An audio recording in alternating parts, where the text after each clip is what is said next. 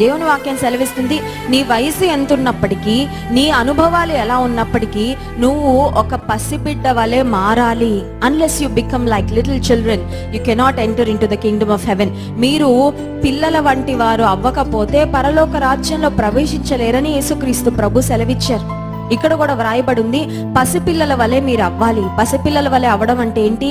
వారిలో ఉన్న నిర్మలత్వము, వారిలో ఉన్న స్వచ్ఛత, వారిలో ఉన్న శ్రేష్టత, వారిలో ఉన్న సింగిల్ మైండెడ్నెస్, వారిలో ఉన్న ప్యూరిటీ.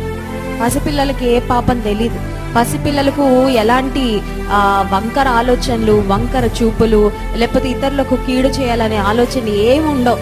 ఒక పసి బాబుని చూసినా, ఒక పాపను చూసినా వారి యొక్క నవ్వులో ఎంత స్వచ్ఛత ఉంటుందో, కల్మషము లేని నవ్వు. వారి చూపులు ఎంత చక్కగా ఉంటాయో. ఒక తల్లిని తండ్రిని వారు ఆనుకున్నప్పుడు వారు ఎంత